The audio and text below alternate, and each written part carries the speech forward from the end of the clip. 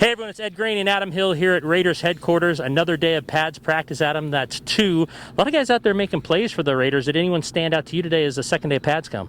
Yeah, I mean, I think the thing that stands out every day of practice is just how fast Henry Ruggs is. You see that show up all over the field. But I thought there was a couple of really plays of note. Darren Waller caught a little out route about 15 yards downfield, turned it up, scored a touchdown on it. He went over and celebrated a little bit. His teammates gave him a little grief for that. That was a really impressive play. He just stands out on the practice field. We know how talented he is. We know how good he is.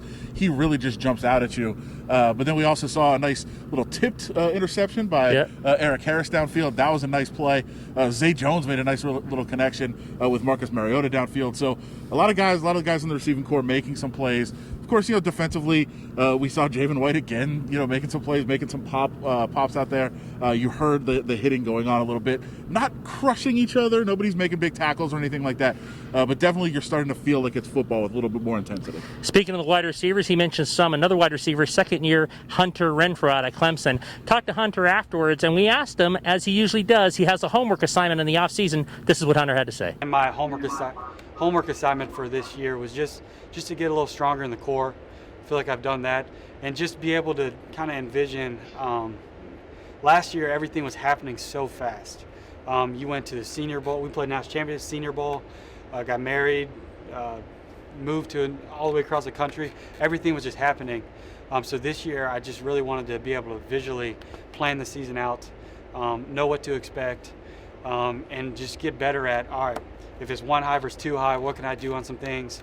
I think in Cincinnati, I ran a choice route, and I should have seen that backside lurking safety come down. Little things like that. Just be able to recognize coverages a little better. All right, Adam, I know you have a story in the paper tomorrow on Hunter Renfrow. What did you make of that? This is a second-year guy who really did some good things in his first year, but even as he was talking about today, he has to raise his level as well with all these young receivers. Yeah, a lot to focus on that he wanted to improve and adjust in his game. But I think the biggest thing is going back to last year and analyzing how his season went. We think of Hunter Renfrow as having had a really, really good rookie season. But as he said, the first half of the season didn't go well. It wasn't going how he wanted to. He had the bye week. He went home, got to go hunting a little bit. And he said as he was there, he was thinking about what to do. And it really clicked for him in the Green Bay Packers game. If you go back and look, the stats weren't great. But he said, I know I didn't stand out on the stat sheet that game, but I just felt like I got it. Everything clicked for me, and it turned around, and we saw down the stretch he was one of the more reliable receivers on the team. It clicked for Adam in Lambeau Field last year as he sat behind Vince Lombardi's desk and had the dial-up phone. So it clicked for you as well. Yeah, I didn't really know what that was. You didn't know what to do with that. Hit buttons on. But yeah, Vince Lombardi's phone. I remember that was a great trip to Lambeau. Yeah. Great trip for Hunter Renfrow as he figured things out a little bit. But again, that's going to be another weapon, and he is really excited about some of those young receivers. You got Henry Ruggs going deep.